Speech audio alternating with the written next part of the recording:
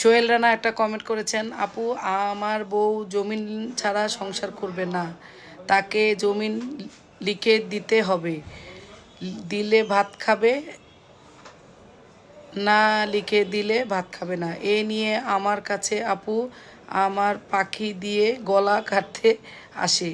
এ বিষয় নিয়ে আপু খুব আমি চিন্তিত আছি, এখন কোনো ব্যবস্থা আছে আমাকে একটু সমাধান। আচ্ছা, পাখি কি? পাখি তো আমি চিনি না, পাখি কাকে বলে? পাখিটা আবার কি?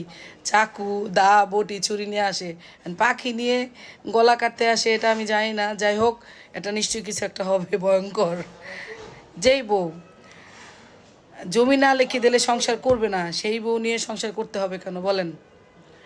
আপনি মরার পর আপনার সম্পত্তির মালিক তো আপনার স্ত্রী, আপনার সন্তান, তাই না? তো সে লিখে দেওয়ার কি আছে? আর লিখে দিলে যে সে সংসার সারা জীবন আপনার করবে, তার কি কোনো গ্যারান্টি আছে? লিখিত দিলেও তো একবার যদি সম্পত্তি রেজিস্ট্রি করে দেন, সে যদি স্ট্যাম্পে লিখিতও দেয় যে যদি সংসার করি তাহলে এই সম্পত্তি আমার, সংসার না করলে সম্পত্তি আমার না, ওই স্ট্যাম্পের কোনো ভ্যালু নাই। কারণ আপনি তো তারে সাব রেজিস্ট্রি করে দিবেন, যদি লিখে দিতে হয় রেজিস্ট্রি করে দিবেন। তাহলে কেন?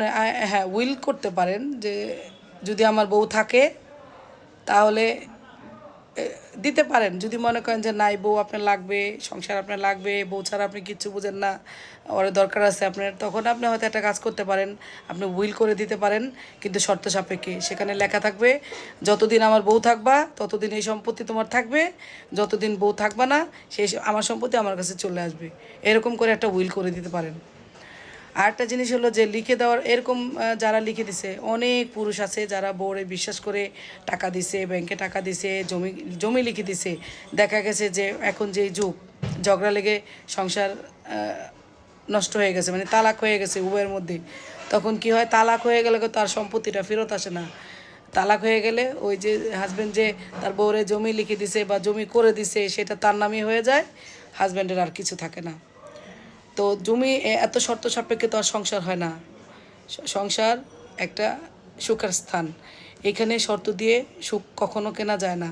সে কেন শর্ত দেবে যে আমাকে জমি দাও তাহলে সংসার হবে?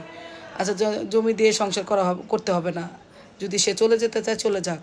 আর যদি মনে করেন যে না আপনার বউ লাগবে, আপনি একটা উইল করতে পারেন, সেখানে আপনি হয়তো শর্ত দিয়ে উইল করবেন যে আমার সাথে যদি তোমার সম্পর্ক থাকে, স্বামী স্ত্রীর সম্পর্ক যতদিন থাকবে তুমি এই সম্পত্তির মালিক, যদি সম্পর্ক না থাকে তাহলে তুমি এই সম্পত্তির মালিক না। ধন্যবাদ।